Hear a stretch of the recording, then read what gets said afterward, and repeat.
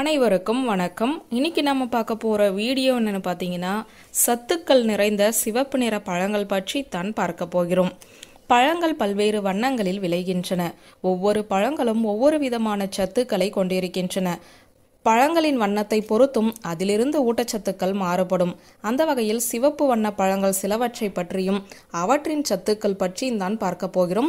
முதலில் மாதுளை.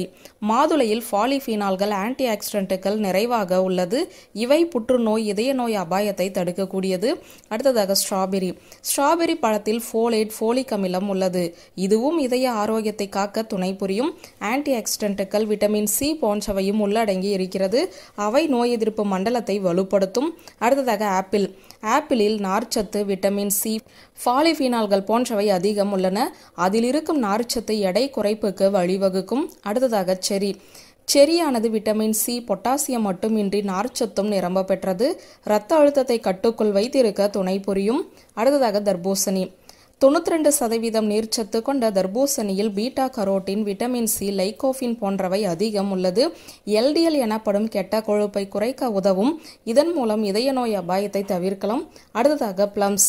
விட்டமின்கள், தாதுக்கள், ஆன்டி ஆக்சிடென்ட்டுகள் மற்றும் நார்ச்சத்துக்கள் இந்த பழத்தில் அதிகம் உள்ளன.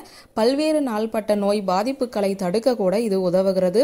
அடுத்ததாக கிரேப் ஃப்ரூட். இந்த பழத்தில் விட்டமின் சியும் பெக்டினும் அதிகமாகவே உள்ளது.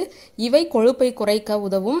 ஏதேனும் நோய்க்கு மாத்திரை உட்கொள்பவர்கள் டாக்டரின் பரிந்துரையின்படியே இந்த கிரேப் ஃப்ரூட் சாப்பிட வேண்டும். ஏனெனில் மருந்துகளுடன் எதிர்வினை புரியக்கூடும் இந்த பழம். அடுத்ததாக திராட்சை. இதில் விட்டமின் பி, விட்டமின் ஏ அதிகம் உண்டு. நீர்ச்சத்தும் லூடின், ஜியாசைந்தின் போன்ற ஆன்டி ஆக்சிடென்ட்டுகளும் நிறைந்திருக்கும். சிவப்பு திராட்சை பழ தோலில் ஃபைட்டோகெமிக்கல் போன்ற ஒரு சேர்மம் இருக்கிறது. இது நாள்பட்ட நோய் அபாயத்தை தடுக்க உதவுகிறது.